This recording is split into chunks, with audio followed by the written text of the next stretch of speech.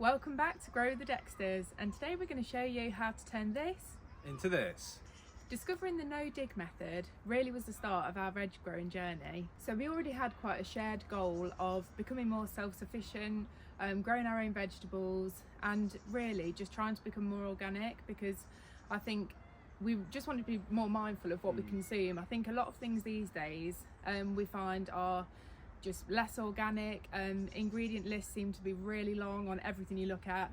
So yeah, we just sort of had this goal. We were like, right, let's just give it a go. And yeah, when we came across no dig, that was our place to start. Yeah. Coming from a family of gardeners and being a seasoned gardener myself, I know about the huge back-breaking effort it is to dig the soil every year when you're ready to plant or sow your seeds. So when I got offered the land, I jumped straight onto the internet and came across the no-dig method. And with a huge sigh of relief, I said yes to the landowner, and here we are today. So we've been growing our own vegetables and consuming our own food for about 2 years now. So we're sort of well on to our self-sufficient journey. So yeah, that's enough waffling. Let's crack on. Let's go. Depending on the size that you plan to grow in, you can either buy small bags from your local garden centre or online, or you can buy in bulk, such as bulk bags or even loose loads. And while we're here, I'll explain the only negative point about no dig: sourcing the compost and sourcing the cardboard. But the time you save, the nutrition you gain and the food you get massively outweighs that. There are two things you're going to need: some cardboard and some well-rotted organic matter. When I say organic matter, there's two options that you can have.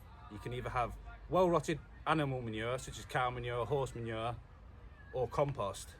I'd highly recommend compost because you know it's fully broken down and it's ready to plant in straight away.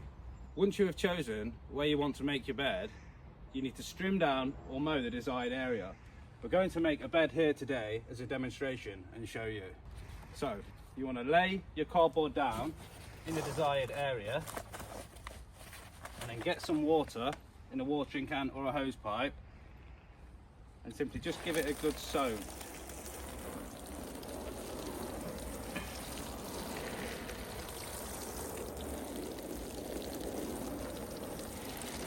And then what I like to do is around the edge, to keep the edges nice and clean, I like to put some timber or some bricks if you've got anything, or stones or anything really, just to weigh it down.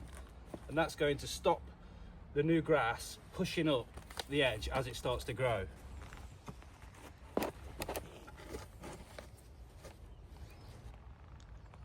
The cardboard is only used on the first time you create a bed, and that's to exclude the light from the vegetation underneath, killing it off and not allowing it to penetrate through. If you do plan on creating a no-dig bed on top of soil, you can do without the cardboard, as you won't need it.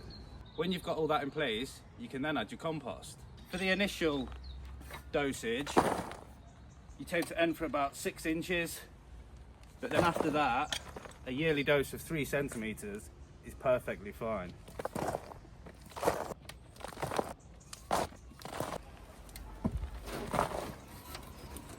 Then we are ready to start raking it out. What you want to do is rake it out level, make sure you get into all the corners.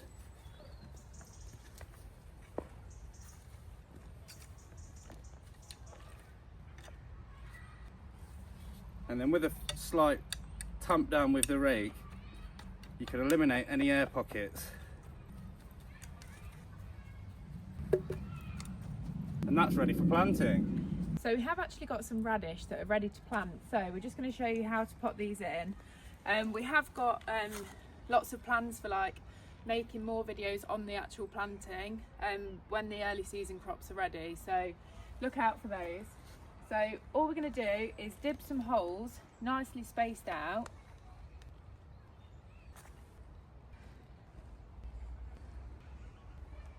So now all we need to do is take the radish out of the module tray and pop them into the holes.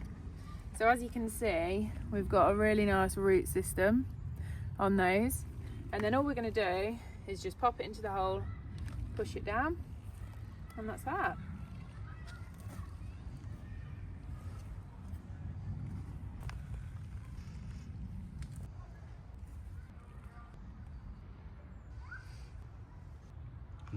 So now they're all planted in, all we're going to do is give them a little water. So we'll just lightly go over them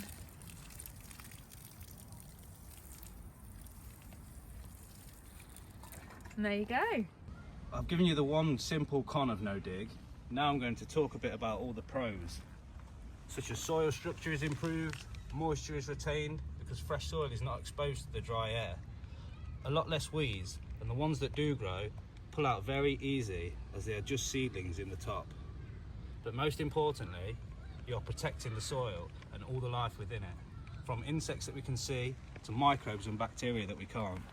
There's a fungal network called the mycelium network and the mycorrhizal network, which is a tiny thread-like root, but finer, and these add lots of channels into the soil for drainage, and science-backed studies prove it works together with the vegetation above soil. It's all one hidden ecosystem that if dug or tilled gets destroyed and has to start again.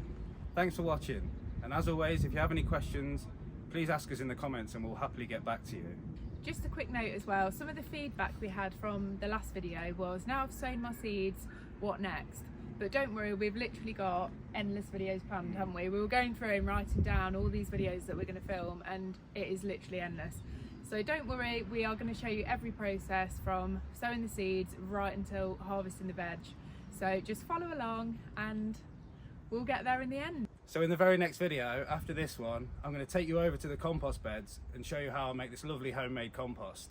So make sure you subscribe and turn on notifications so you know when it comes out. See you next time.